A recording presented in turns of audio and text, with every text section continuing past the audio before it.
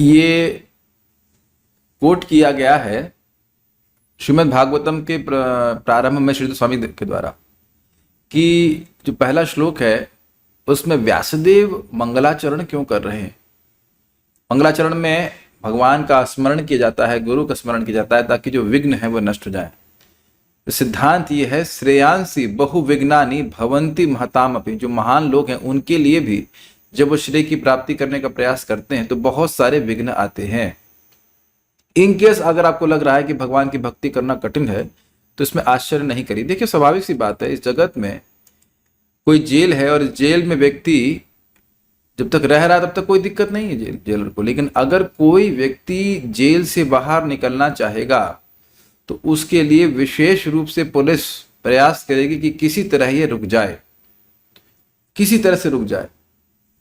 तो जो व्यक्ति भगवान के धाम को वापस जाना चाहता है और हम सभी लोगों को एग्जैक्ट तरीका मालूम चल गया है कि भगवान का नाम उच्चारण करने से हम पार हो ही जाएंगे, होंगे ही, तो काफी सारी संभावना है कि बहुत सारे विघ्न आएंगे, लेकिन विघ्न दीवार नहीं होते हैं। स्पीड ब्रेकर्स कैन बी, लेकिन वो दीवार नहीं होते कि आपको रोक ही नहीं पाए।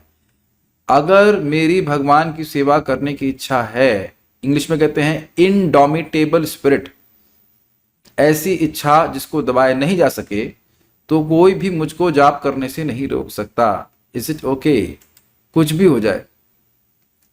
अब आप कहेंगे कि जब ये कठिनाइयां आ रही तो हम कैसे स्थिर रहें।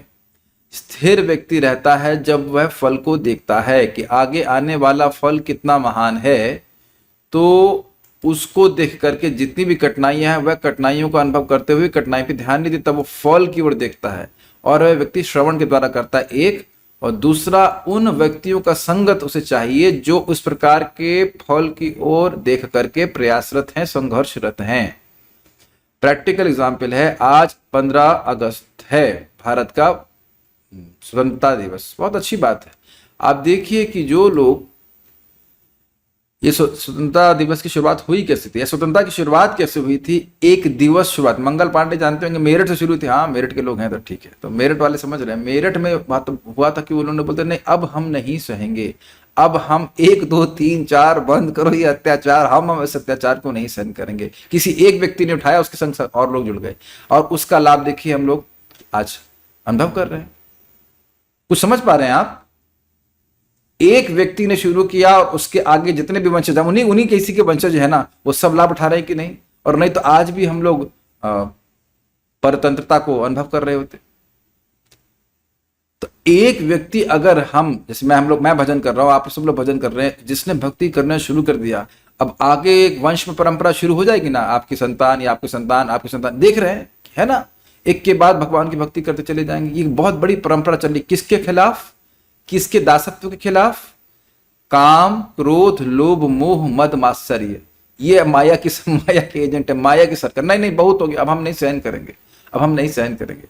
और आप जानते हैं कि जब संघर्ष होता है, बहुत अच्छा पॉइंट है, जब आप संघर्ष के लिए उत्साहित हैं तो आप जानते हैं कि सामने वाला हमेशा हारेगा नहीं, और आप भी हमेशा नहीं हारेंगे। Is it not? लेकिन आप समझने का प्रयास कीजिए, आपके पीछे भगवान कृष्ण हैं। This is very amazing. आप विचार कीजिए ना, कृष्ण को सूर्य कहा जा रहा है और माया को अंधकार कहा जा रहा है। क्यों कहा जा रहा है? क्योंकि अंधकार चाहे कितना भी बड़ा हो, उसकी कृष्ण सूर्य के सामने सत्ता है ही नहीं, कुछ भी क्षमता नहीं है। Is it okay? और अगर वही कृष्ण का नाम भी इसी प्रकार से अगर नाम उच्चारण कर रहे हैं तो भक्त के चित्त में अंधकार रह ही नहीं सकता। एक बात आपको बहुत मजेदार बताऊंगा, और उसे कहते हैं स्विच वर्ड्स। देखिए अभी मेरे रूम में अंधकार था, जब मैं सो रहा था तो प्रकाश के लिए मुझे एक स्विच दबाना पड़ा, उसके बाद कुछ नहीं करना पड़ा। इसी ओके, समझ आ गया? तो उसी प्रकार से भगवान का नाम उच्चारण एक स्विच है जैसे स्विच दबाएंगे सारा पाप ताप सब नष्ट हो जाएगा। तो बस ये समझ लें कि यही भगवान, ये सबसे बड़ा साधन है, और इसी से सर्वश्रेष्ठ साधन भगवत प्रेम की प्राप्ति होगी। तो जो थोड़ी बहुत परेशानी आती हैं उनको सहन करना, लेकिन वास्तविक रूप से स्वतंत्रता अनुभव कर रहे हैं और करेंगे, और अधिक से अधिक क्रमशः भगवान आपको मुक्त करते चले जाएंगे। और आप देखेंगे कि भगवान का प्रेम जो कुछ हद तक रुक रहा था वो निर्बाध रूप से भगवान की तरफ बढ़ेगा. So this is our independence day today. We want to be independent of this service to lust and etcetera. ये वास्तविक मुक्त स्वतंत्रता है. नहीं तो आप विचार कीजिए कि जो लोग हम पर मतलब क्या कह सकते हैं उसको, राज्य कर रहे थे, वह भी काम क्रोध के अधीन थे. जिन पे राज्य किया जा रहा था वह भी काम क्रोध के अधीन है, और अभी भी जो लोग राज्य कर रहे हैं वो भी इन्हीं के दासत्व को प्राप्त हैं. वास्तविक मोक्ष जो है, मुक्ति है, इस अविद्या से मुक्ति है. उसके लिए सब लोग प्रयासरत रहे. तो उम्मीद है कि सब लोग इस प्रकार से लगे रहेंगे. हरे कृष्णा. Thank you. जय नाउ.